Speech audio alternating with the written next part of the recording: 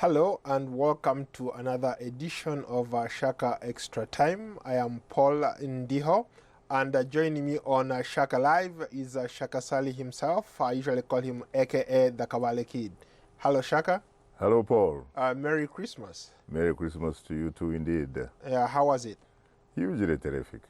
And a warm welcome to you all our Facebook followers watching us live. And let me also wish you a Merry Christmas and a Happy New Year to you all. Today, Shaka, we are going to be talking about maybe what happened in Uganda last week. And if time allows, I'll also touch a little bit on what's happening in Liberia. But let's go to Uganda first. Something unprecedented happened in Uganda last week. Of course, there was this debate, ongoing debate going on, and you had a lot of people who didn't want that constitution touched, and the government wanted to touch it, and the ruling party, the NRM party members obviously used their strength in numbers to overturn everything, and they changed the constitution of Uganda. Your thoughts? Well, I don't know whether they changed the constitution of Uganda, but what I know for sure is that they seem to be in a process. Is it over? No, it isn't over. You know, just like the Americans say, it isn't over until the fat lady sings. Basically, what we saw in that parliament is representatives, obviously, who do not work for the people who elected them, and therefore who do not, in fact, do things according to the concerns and wishes of their people. They clearly demonstrated, without any doubt, that they are patriotic to their stomachs, first and foremost, because guess what? They were bribed by the Ugandan president, Yoweri Museveni. Each of them received, at least from what we have seen, $8,000. And so eventually, they actually became mercenaries. Mercenaries who essentially were doing the bidding of the man who paid them the money. So they basically do not even really deserve to be called members of parliament, because if they are members of parliament, who do they represent? But Shaka, one could argue that all these members of parliament were called to the floor to state their positions, and each one of them categorically said that this is a reflection of the people they are representing. In fact, they were asked how does their constituency vote on this issue, and most of them said absolutely yes. That is propaganda, and propaganda is different from facts. The facts are, and I'm sure you have followed the story you yourself very closely. From what I saw last week, almost 85% of the Ugandan people were not in support of touching the constitution. So you're talking about, in fact, 15%.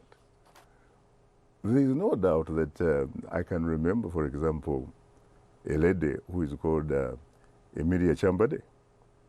She comes from a constituency in Mpigi, somewhere in Mpigi. Who happens to be a minister too of trade. That is true. Yeah. She went to a group of people for consultations, as it were. These people specifically said, we do not support the petition to amend the constitution to change the age cap. They told her. She was with a senior police officer who actually was protecting her. But you know what? She actually said, yes, I hear you. But guess what? The last time I checked in the parliament, she actually voted in favor of the petition. That was not a reflection of what her constituents actually wanted her to do. I also have seen different, constituencies where people said, no, the members of parliament did completely the reverse. So they were not telling the truth. And I even saw a video, in fact, in a major Catholic church at Rubaga, the suburbs of Kampala, you had a vice president of Uganda attending a mass, and he was challenged, and he tried, in fact, to put some kind of good face on it. But it was very clear when you look at those pictures, and pictures don't lie, people were completely disgusted. They were in total disagreement with him. So let's face it, there is empirical evidence, incontrovertible evidence, not liable to falter, that the people of Uganda were not in favor of what the NRM card-carrying members of parliament did. In fact, for that matter, Ugandans thank about 19 of them, 19 members of parliament from the NRM who actually voted against it. What do you make of the Ugandan parliamentary parliament speaker, Rebecca Kadaga, who for a long time people thought maybe she was reasonable, she would rise above this pettish kind of politics, but when it came to the rules, she faulted almost every single rule in the House to allow this debate to go forward. They didn't even give it the 3 days that it requires for hearing, and basically it was just business as usual as far as the people of Uganda are concerned. Basically, what it says is that she is not in control of the legislature. Uganda, you know, on paper, has 3 equal branches of government or organs of government. You have the executive, which is led by President Yoweri Museveni. You have the legislature, which is supposed to be led by the lady that you just mentioned, Kadaga. Then you have the judiciary, which is led by Ebat Katurebe. There is no question that as we talk, the only branch of government that really matters in Uganda is the executive. And that therefore, the judiciary for the most part, and the legislature in this particular case, showed that it is subordinate to the executive. So I think that she pretty much doesn't really work for the people, nor does she work for the House. She proved that she is simply working for the president of Uganda. So why should we even be having this kind of conversation about constitutional amendments when we clearly know that it doesn't matter what people think, it's going to be an order from the executive that takes a precedent over anything else? Paul, I have said over and over again that when you have a document like we are talking about right now, it reaches a point, frankly, where it ceases to be a constitution. It has actually been transformed, and I have said this repeatedly, into Yoweri Museveni's personal manifesto, because he can do whatever he wants with it. As a matter of fact, if you had a country which seriously respected its constitution, and you had a judiciary that is independent like you have in South Africa, for example, you would probably charge these members of parliament with treason. This is like a step that really overthrows the Ugandan constitution, like it just happened back in 1966 or 67, when you talk about the pigeonhole constitution, which of course was ordered and mandated by then Dr. Apollo Milton Obote. So is this any different? Because you just brought in an example of South Africa. I'm reminded of one of the lines that you usually use. Apartheid was legal. They were using. It was legal, but not legitimate. Yes. So you also had in America Jim Crow laws. They were legal. Were they legitimate? Of course not. So basically what Parliament in Uganda did was to use that loophole where they legitimize something that is illegitimate. It is called rule by law, not rule of law. Rule by law means you actually use the law to undermine democracy. Let's talk about the lifting of the terms, their terms, the presidential term and the parliamentary term. Initially it was supposed to be 5 years. They were mandated to serve for 5 years. The president was mandated to serve for 5 years. But under the new, if it passes into law, they will be mandated to serve a 7-year term, just like the president is going to be mandated to serve a 7-year term. Maybe I didn't go to law school, but help me understand this. Help me to figure this out, or maybe even our audiences are interested in knowing how could Parliament do something like that without consulting the people who elected them to do something like that. I'm afraid I didn't go to law school either, but I think I'm a reasonable observer, and I listen very, very well. And I also watch some videos and all that kind of stuff. What I can say for sure is that when you talk about the issues of state, the issues of governance, you're talking about what is called in political science a social contract. And so these members of parliament who were actually elected last year, they have a social contract with the Ugandan people who are supposed to be their bosses. They are the sovereign. They have a contract of 5 years, not 7 years. So legally, I do not think, frankly, that there is a way you can somehow shift the goalposts so easily with no repercussions. I think that, in fact, if somebody took them to court, and I think there is an individual or individuals who have actually done that, even if, frankly, the court is not that very independent, it is going to find it very, very difficult to find that kind of step or measure constitutional. So I feel that, yes, they may have actually gone through the motions, because guess what? They were bargaining with the president who actually wants to be a presidential monarch. And so they said, you know what, we are going, the constitution says this, but we are going to go ahead anyway and help you get what you want. But what about us?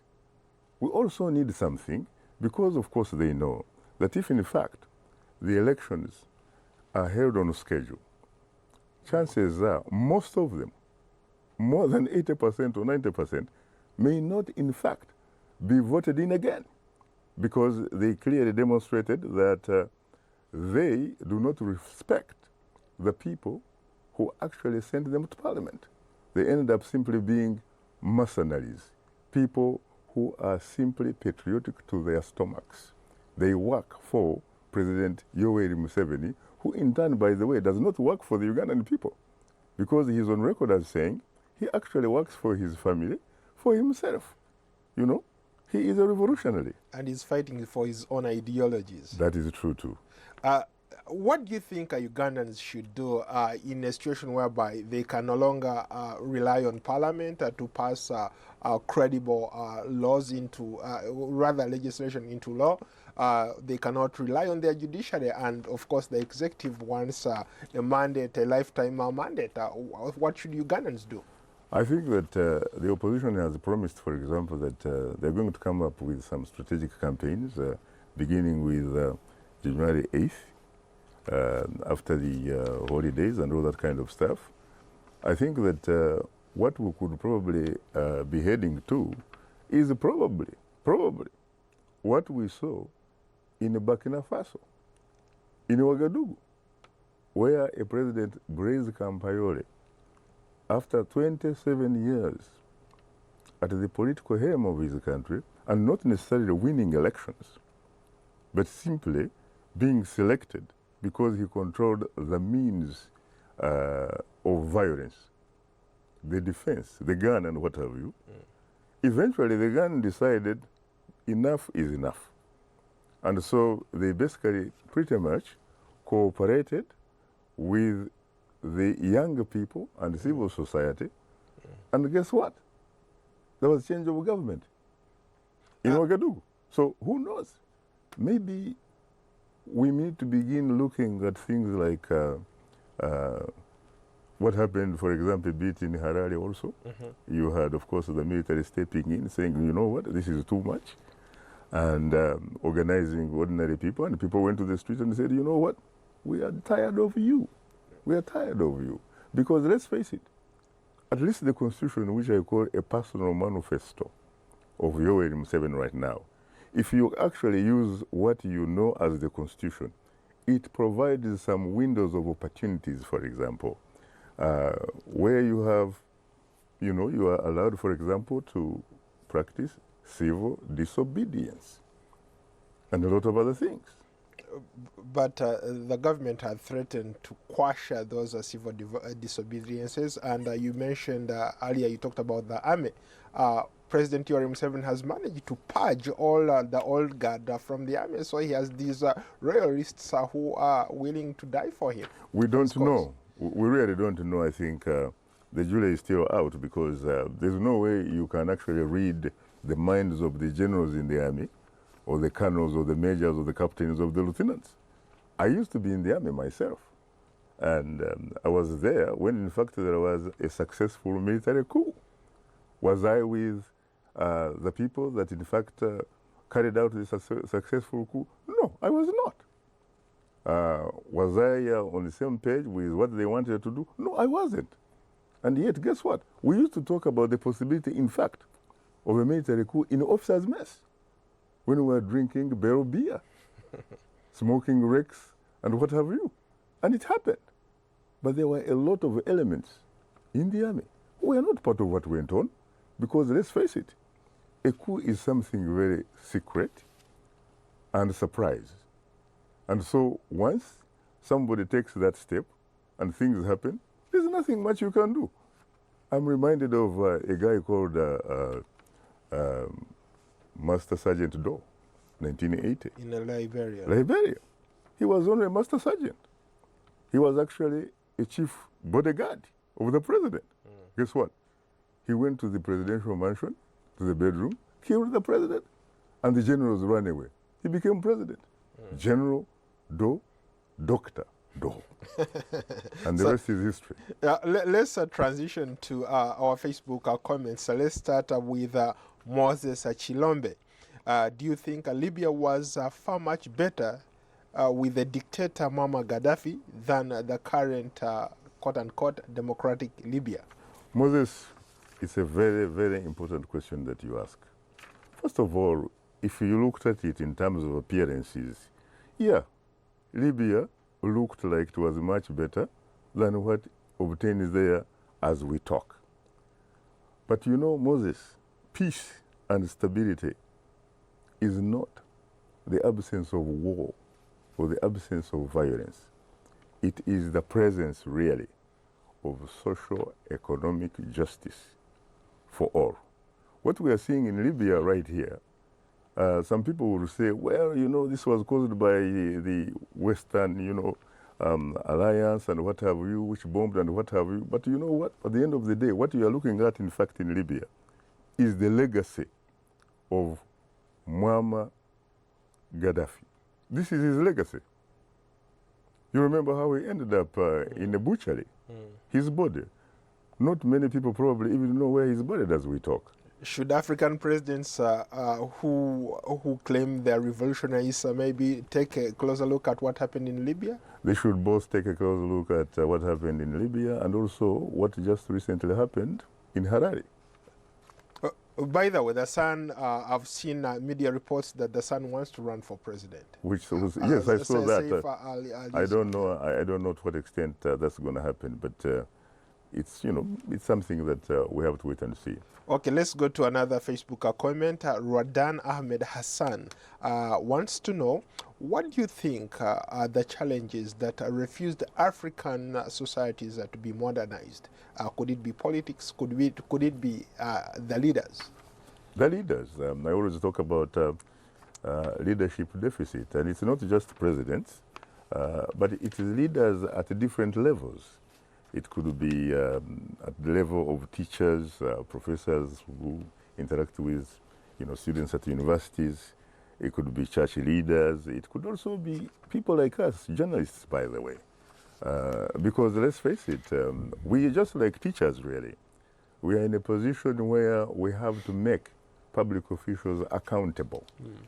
For example, at Straight Talk Africa, I am seen by some people to be very critical of the powers that be. But as a matter of fact, that happens to be part of my responsibility.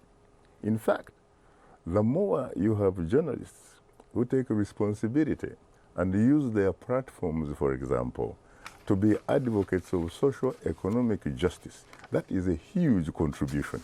That's part of Africa. What is missing in Africa, to be honest with you? Because let's face it, there is no freedom of expression in most African countries. There is no freedom of the press. There is no freedom of assembly. People are frankly like sharecroppers. They are sharecroppers. The people who have the freedom to do most things are very, very few. And that is the ruling elite, or the ruling class and their relatives, probably. Shaka, since you talked about your job on here at the Voice of America as the host of Straight Talk Africa, there is a comment that has come in from Moses. It's sort of a personal question. He says, you have been criticizing African presidents who stay in power for a long time, but you've been hosting VOA Straight Talk Africa for so many years. Do you think it's time for you to leave the mantle to the upcoming journalists? Well, is it a fair question? Yeah, I think it is a fair question, except that it really has no relevance with what African leaders are supposed to do or not to do. Because let's face it, can that Moses also, for example, ask that priests, for example, who attend churches or conduct services in churches and what have you, after so many years, that they should quit for some other people to come and step in? Can he also require the same standard to professors of universities or teachers who teach in certain tertiary institutions or secondary schools or high schools? I think the two really are not mutually exclusive. I mean, the thing is, let's face it, they are actually mutually exclusive, the two, because let's face it, for a president or an African leader, you are supposed to be signing a social contract with the people that fought for you, if in fact there is a, what you would call a credible electoral process. Because let's face it, we know that out of the 55 member countries of the African Union, you cannot probably get more than 35, really. I mean, you probably can get like 15 countries where you have at least a semblance of elections which are free, fair, credible, transparent, and verifiable, and therefore whose results, in fact, reflect the will of the people, not the will of the people who count the vote. And so, let's face it, there is some leader in East Africa. When he came to power in 1986, he rightly identified the problems of Africa. That leader is Yoweri Kaguta Museveni. He actually said the problem of Africa is for leaders who overstay in power. Guess what? That was 1986. And right now, which is 2017, he still wants to actually remain at the political helm of his country. That is why he's changing constitutions, which are eventually becoming really personal manifestos. Now, the thing is, why does he actually want to do that? Does he honestly feel that he can add value anymore? There was a time when he did. At least for probably, most people would agree, for the first 10 years, 86 to 96, the guy should have retired. If he had retired, there is a possibility that perhaps people may have appreciated so much his contributions to the extent that they would be referring to him really more or less as a founding, father of a modern nation state. But right now, the way things look like, to be very honest with you, it doesn't look good. That's a perfect segue to another Facebook comment from Awat Wanye. What happened to PanAfricanism, particularly in East Africa and beyond?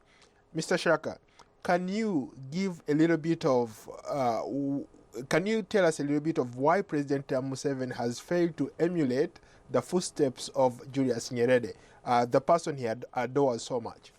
I don't know. Of course, that question probably should actually be asked to, I mean, it's a question that needs to be addressed by Yoweri Museveni himself, because I cannot read his mind. All I can say is that you really cannot compare the two, because it's really like comparing, is it oranges and apples? Yes. Yeah, or you could in fact say day and night, because I knew Ndugu Rais, or Ndugu President, Julius Kambarage Nyerere. I had a couple of interviews with him. I visited him at his house in Musoma. We talked a lot, including, in fact, talking about young Museveni. And he liked him very much and what have you. But by 1995, he was beginning to think very, very differently. 1995. So to be honest with you, Nyerere, first of all, was very, had integrity. He had integrity. He did not simply talk the talk. He actually walked the talk so that Tanzanians could walk the walk. And in fact, even beyond Tanzania, because let's face it, I have said that Nyerere and Kaunda, Julius Nyerere, and Dr. Kwame Nkrumah of Ghana, and people like Seretse Khama of Botswana, and some others really, these people did not have either boundaries or borders in their minds. They were looking at Africa, and they were doing everything within their powers to make sure that the African people are free. And they did that. They contributed a lot. Without those people, you would not have had, for example, the end of apartheid in 1994. You would not probably have honestly ended, colonialism in Mozambique, in Angola, this Lusophonic Africa and what have you. So these were in a different category. Those were Pan-Africanists. Has Museveni tried to be a Pan-Africanist? Yes, he has. He has spoken about it for the most part.